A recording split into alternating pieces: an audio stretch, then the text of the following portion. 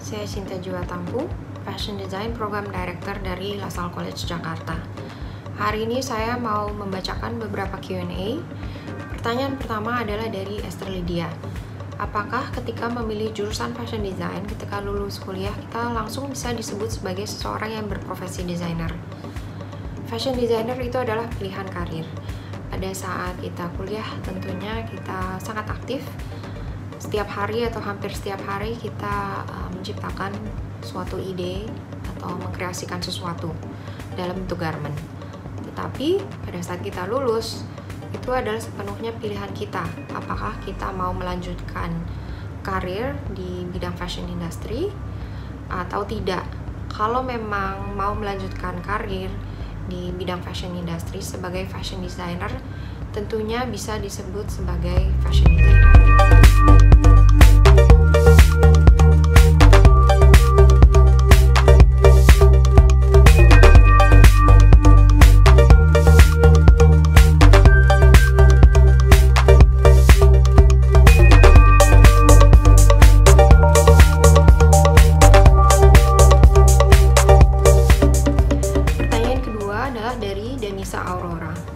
How to make or create mood board for fashion illustration design.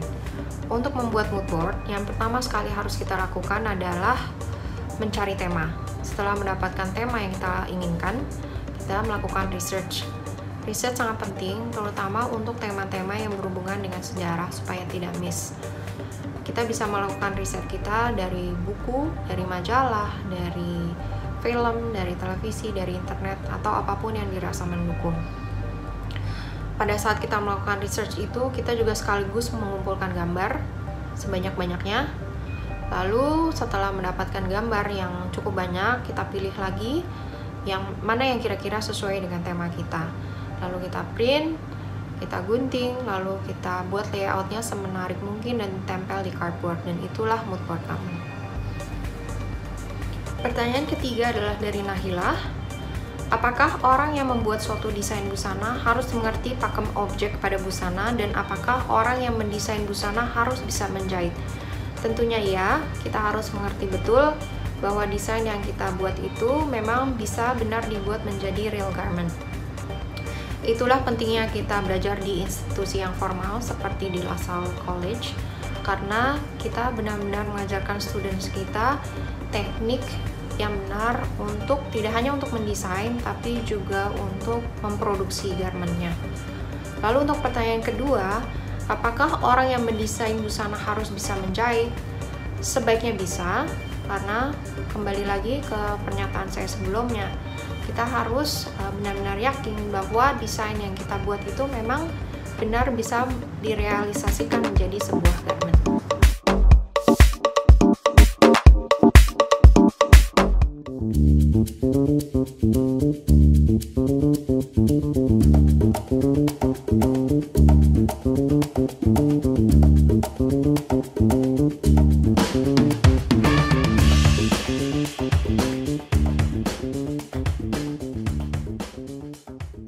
Hello, my name is Richard Kaunang.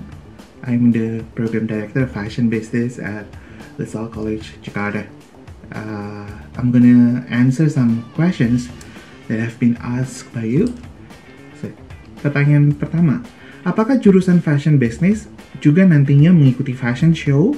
Dan apakah harus punya bakat illustration seperti fashion design? Kita memang menjalin kerjasama yang baik dengan dunia industri dan juga dunia kreatif yang ada di luar sana. Yang membedakan fashion business dengan program-program lainnya adalah selain mereka bisa menciptakan karya, mereka juga bisa mempresentasikan karya tersebut di dunia nyata. Dan karena fashion presentation yang kita sebut kalau di kelas kita di fashion business, kita sebut fashion presentation, itu adalah kelas yang berhubungan dengan developing fashion show. Of course, student diberikan kesempatan untuk terjun langsung dalam fashion show tersebut. Kita juga punya beberapa kegiatan seperti kegiatan tahunan, yaitu Fashion Bloom, yang memang mahasiswa-mahasiswa tersebut akan mempresentasikan karya mereka dalam bentuk bazar maupun dalam bentuk fashion show. Juga kalau ada undangan dan kegiatan lainnya, kita juga selalu menjembatani hal tersebut.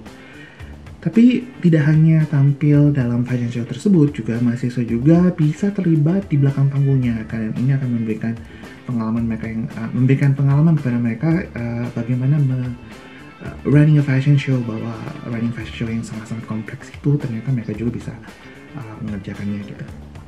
Dan kalau punya bakat atau enggak, jadi untuk pertanyaan tentang ini, apabila ada bakat tentu of course lebih bagus ya, karena kan dunia desain kan ya, kalau bisa bikin ilustrasi yang lebih bagus ya otomatis bisa menunjang karya akan dibuat. Tapi untuk kelas-kelas di fashion business tidak diperlukan pengetahuan tentang ilustrasi tersebut.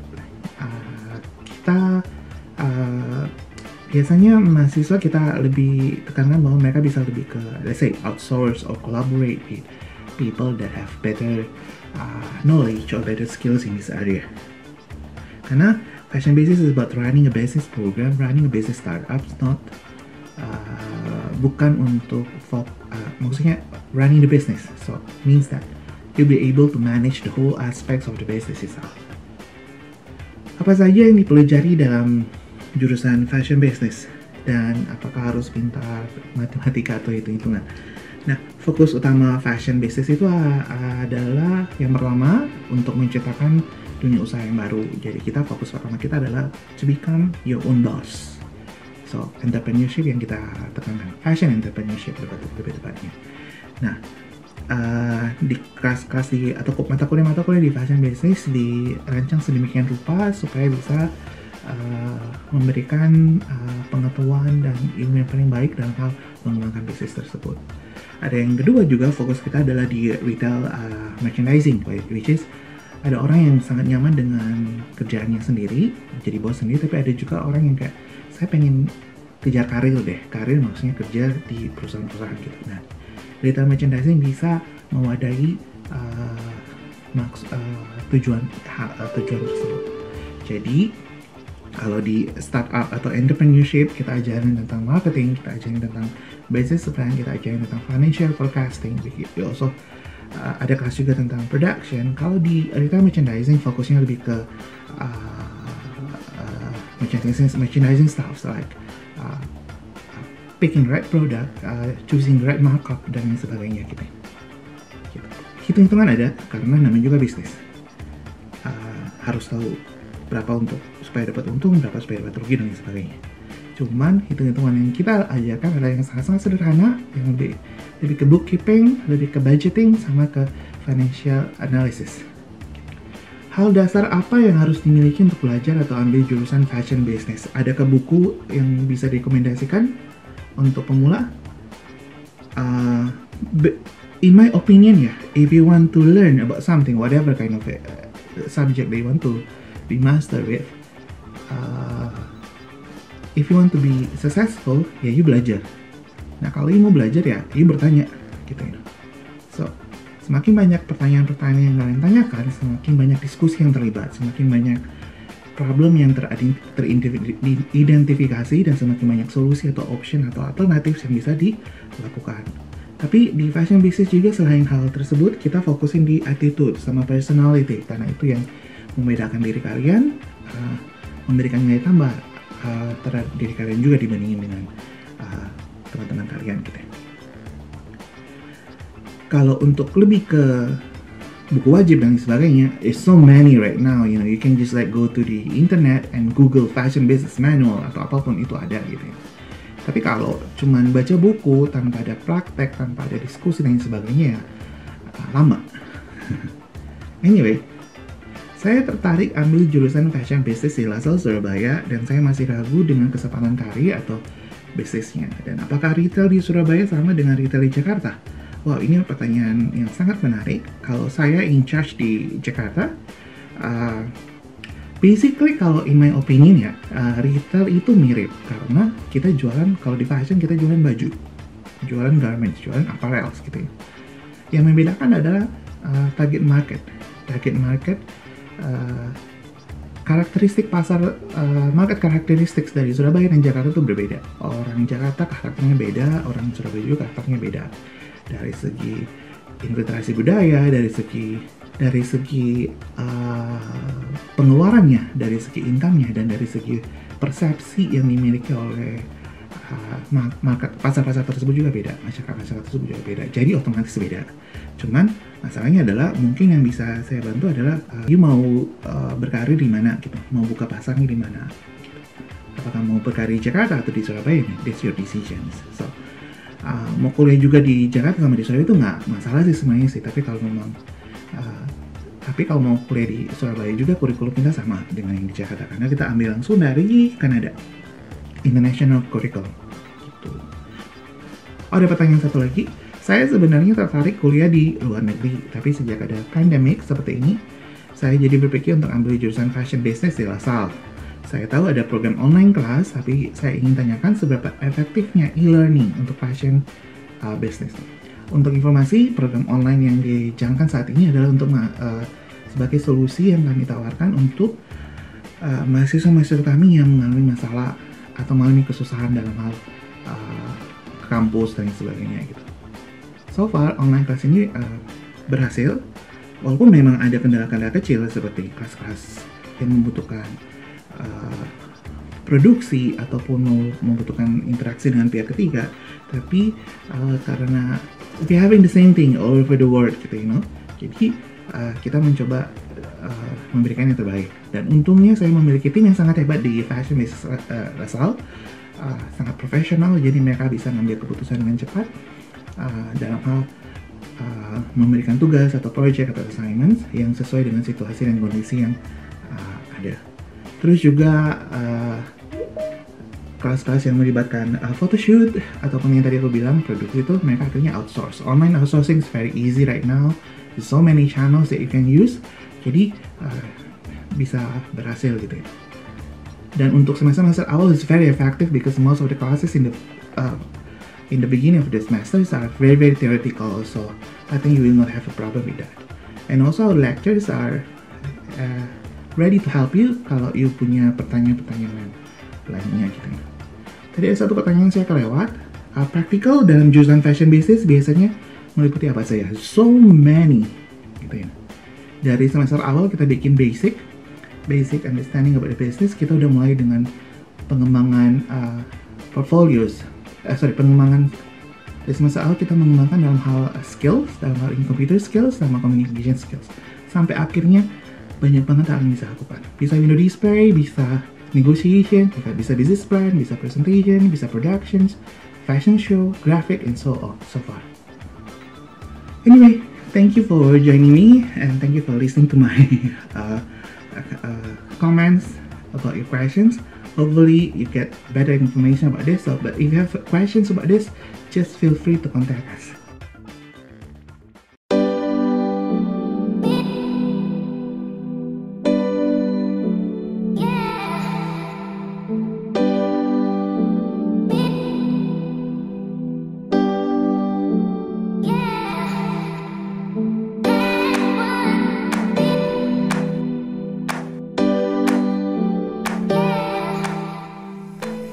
Hai, menjawab pertanyaan dari @larasati_via, apakah jurusan interior design harus pintar menggambar dan hitung-hitungan seperti arsitek? Jadi di jurusan desain interior sendiri ketika kamu masuk nanti akan ada pelajaran mengenai menggambar secara basic di kelas drawing from observation. Jadi kamu akan diajarkan bagaimana cara menggambar perspektif, 1 titik hilang, 2 titik hilang. Dan nantinya juga akan ada kelas drawing and rendering di mana kamu akan diajarkan mewarna dengan beberapa alat gambar, contohnya seperti watercolor, marker, dan lain sebagainya. Jadi ketika kamu masuk memang tidak perlu sudah harus pintar menggambar, yang penting kamu ada passion dan juga niat. Saya rasa nantinya juga kamu akan dapat menggambar dengan baik. Dan untuk hitung-hitungan mungkin tidak secomplicated itu. Aku kasih gambaran beberapa contoh hitung-hitungan yang ada di pelajaran desain interior. Jadi contohnya yang pertama adalah pelajaran lighting atau pencahayaan. Nantinya kamu akan menghitung jumlah lampu yang diperlukan ketika kamu menggambar atau mendesain suatu ruangan. Nanti juga akan ada teorinya di ruangan tertentu itu berapa lux yang tepat digunakan di setiap ruangan. Tapi sebenarnya akan dibantu oleh software komputer juga. Contohnya misalnya untuk menghitung lampu akan dibantu oleh Dialux. Hitung-hitungan yang lain itu bisa juga nanti kamu akan temukan ketika kamu harus menghitung budget. Jadi ketika kamu mendesain suatu ruangan, kamu juga harus tahu berapa jumlah harga yang diperlukan oleh klien. Karena setiap kali kita mendesain itu juga harus mempertimbangkan budget yang sudah disediakan oleh klien. Mungkin hitung-hitungan lainnya juga contohnya adalah ketika kamu mendesain suatu ruangan, kamu juga harus tahu berapa jumlah tiles atau keramik yang diperlukan ketika kamu mendesain. Jadi hitung-hitungan contohnya lebih ke arah sana. Dan pertanyaan lainnya dari @injanik20, aplikasi apa saja yang biasanya dipergunakan oleh jurusan Interior Design LaSalle? Mungkin ini lebih ke software komputer ya maksudnya Injani. Jadi apa aja yang kita pakai di desain interior LaSalle, antara lain yaitu AutoCAD 1 dan AutoCAD 2. Jadi nanti kamu akan diajarkan bagaimana cara membuat layout secara digital, layout, potongan, dan juga aksonometri dengan aplikasi AutoCAD. Yang kemudian nanti kamu juga akan temukan pelajaran 3D Visualization 1, di mana nanti kamu akan diajarkan menggunakan Google SketchUp, dan 3D Visualization 2 menggunakan program 3D Max. Jadi nanti kamu akan diajarkan bagaimana cara membuat 3D modeling secara digital dan menggunakan merender menggunakan V-Ray yang baik, dan akhirnya kamu juga akan diajarkan membuat video. Jadi bukan hanya merender secara statik, tapi juga membuat moving video. Jadi dengan software tersebut, kami harap setelah kamu lulus dari desain interior LaSalle College, kamu akan berbekal dengan skill yang relevan dengan dunia kerja desain interior di Jakarta maupun pada khususnya maupun di Indonesia secara umum. Mudah-mudahan menjawab pertanyaan dari @larasati_via dan juga @injanik20. Terima kasih.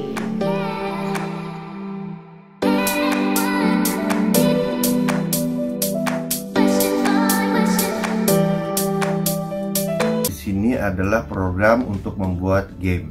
Nah, game di sini tidak hanya secara visual kita desain karakternya, kita desain environmentalnya, tapi juga di sini bercerita tentang research dan development tentang sebuah game yang nanti kalian akan buat.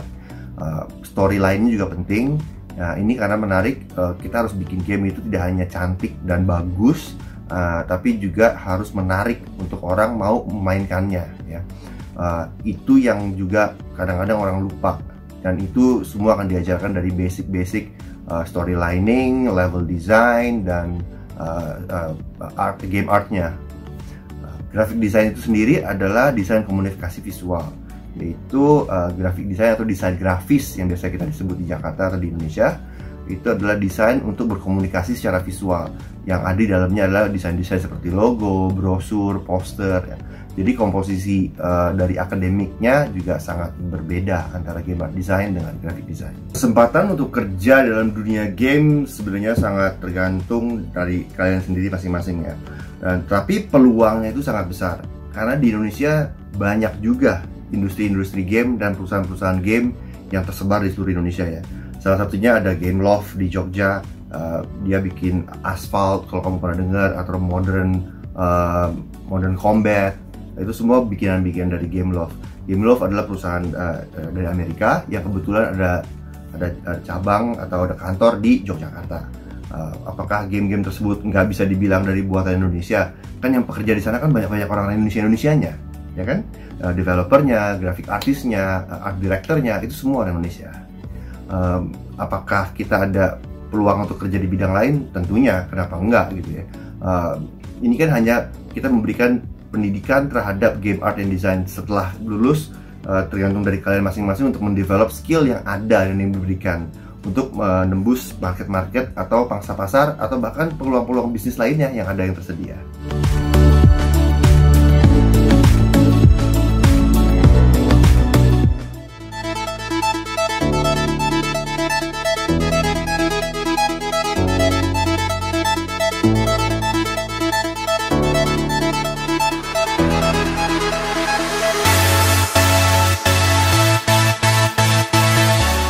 Gimana mengawali karir fotografi secara baik dan benar?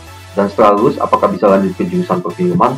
Saya rasa industri fotografi di Indonesia sudah sangatlah maju.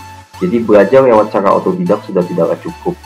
Dan kalau kalian mengambil program advance diploma di LaSalle selama 2 tahun, kalian akan memulainya dari nol sampai nantinya kalian akan memiliki profesional fotografi portfolio. Dan di akhir studi kalian, yaitu di semester 6, nantinya kalian akan mengikuti program magang. Dan pertanyaan apakah setelah lulus bisa mengambil jurusan perfilman? Ya tentu saja bisa.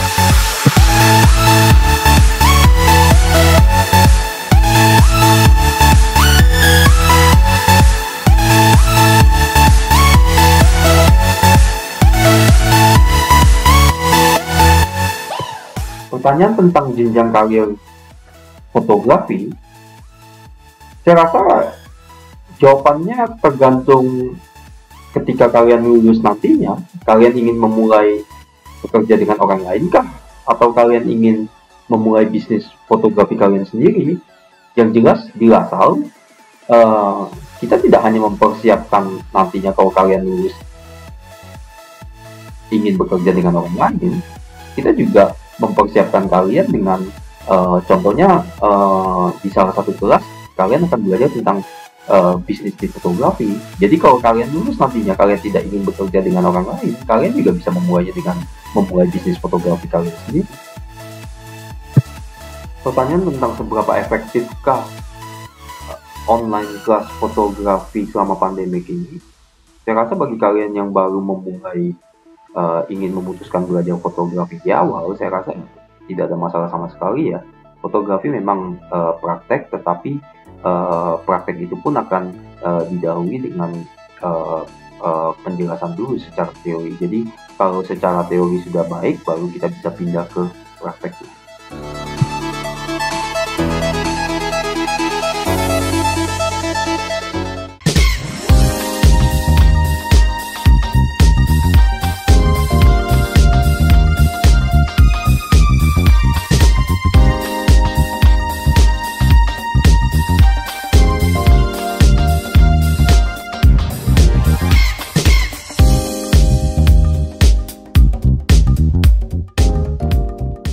Halo, saya Darwin, program director dari program artistik makeup di LaSalle College. Dan di sini saya mau menjawab beberapa pertanyaan dari Sia Agatha yang bertanya, apakah belajar AMU nantinya kita ada kesempatan pembelajaran studi trip? Contohnya mengunjungi lokasi syuting film atau ke studio foto, shoot iklan dan sebagainya. Ada. Dan itu biasanya tergantung dari project-project syuting dari masing-masing staf pengajar. Misalnya nih, saya lagi ada project film, lagi syuting nih. Nah, nanti kita jadiin field trip tuh, bisa berkunjung ke lokasi syuting, tergantung kebolehan dari PH-nya biasanya. Dan kita juga ada field trip menonton teater. Jadi itu semua tergantung. Kalau misalnya lagi ada teater, pertunjukan teater atau musikal yang berhubungan dengan artistik makeup, itu biasanya kita ajak tuh, kita nonton ke situ. Pertanyaan kedua dari Nia yang bertanya, aku mau tanya nih, kalau lulus dari AMU di LaSalle, apakah kita bisa direferensikan kerja di company, vendor atau rumah produksi? Lalu project atau peluang usaha seperti apa yang dikerjakan nantinya? Tentunya iya ada, tapi itu biasanya brand-brand kosmetik tuh datang ke kita tuh untuk sourcing, dan itu biasanya nanti kita akan merekomendasikannya ke students. Lalu peluang apa saja sih sebenarnya yang berhubungan dengan makeup ya. Ada yang buka salon, ada yang langsung terjun ke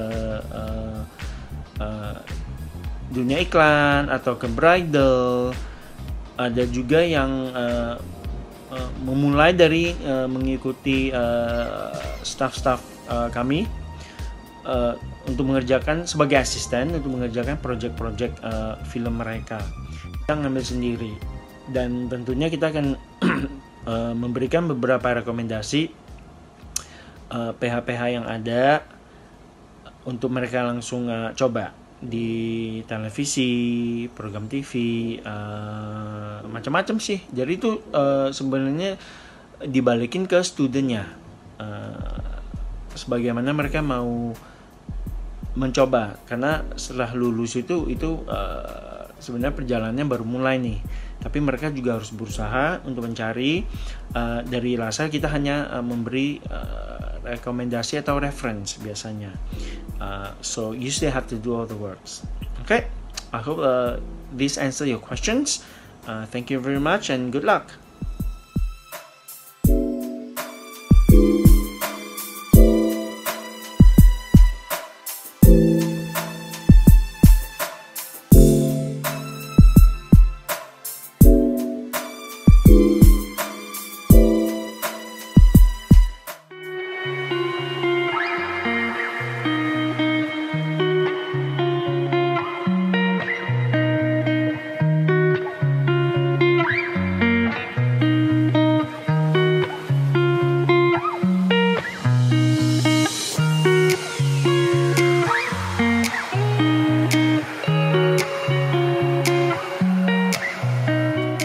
Industri-industri yang termasuk dalam MCI, yaitu Management of Creative Industries, itu termasuk 16 subsektor area industri kreatif untuk Indonesia.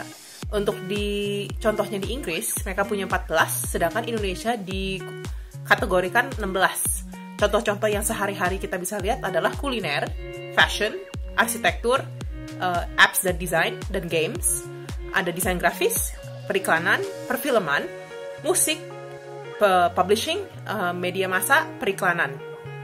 Keunggulan MCI dibanding program manajemen bisnis lain yang ada di Indonesia adalah integrasinya dengan sistem pendidikan luar negeri, di mana industri kreatif itu sangat terdepan dan hanya ada di strata 2 atau magister dan tingkat lebih atas. Tapi dengan LASA College ini kita fokuskan untuk D3 atau penerapan langsung dan bisa bekerja dalam industri segera, karena memang Indonesia membutuhkan anak-anak kreatif di masa depan untuk selalu dan berkarya secepat mungkin untuk Indonesia Emas 2045. Nah, keunggulannya adalah di industri kita sendiri dan kurikulum kita menerapkan human-centered design. Kita juga mengajarkan setengahnya dari bidang desain dan juga manajemen, agar mahasiswa-mahasiswa yang akan lulus dari MCI itu akan diberikan kedua skill set yang sangat dibutuhkan di masa depan, yang penuh dengan agility, dan penuh dengan change, yaitu change management, yang sangat berbeda dengan kuliah-kuliah SBM pada umumnya saat ini. Program apa yang dianjurkan untuk mengambil jika ingin masih S1? Banyak sekali yang kalian bisa lanjutkan, seperti manajemen bisnis biasa, ataupun bachelor honors in arts kalau jika inginkan. Juga ada dua sisi yang kalian bisa pikirkan, ke arah manajemennya atau bisnis, ataupun ke kreatifnya, misalkan graphic design ataupun communication design, ada interior design, ataupun fashion business dan fashion communication. Banyak hal sekali kalian bisa menggabungkan ketika kalian lulus dari MCI sini, bisa ke arah lebih kreatifnya atau malah ke arah bisnis dan segi manajemennya, seperti itu. Karir prospeknya sangat luar biasa, justru kalian sendiri akan memberikan prospek karir sendiri, karena setiap harinya akan berbeda. Apakah zaman dulu kita punya orang yang audit, sekarang ada AI atau sistem artificial intelligence dan app-app yang akan membantu untuk melakukan ini semua.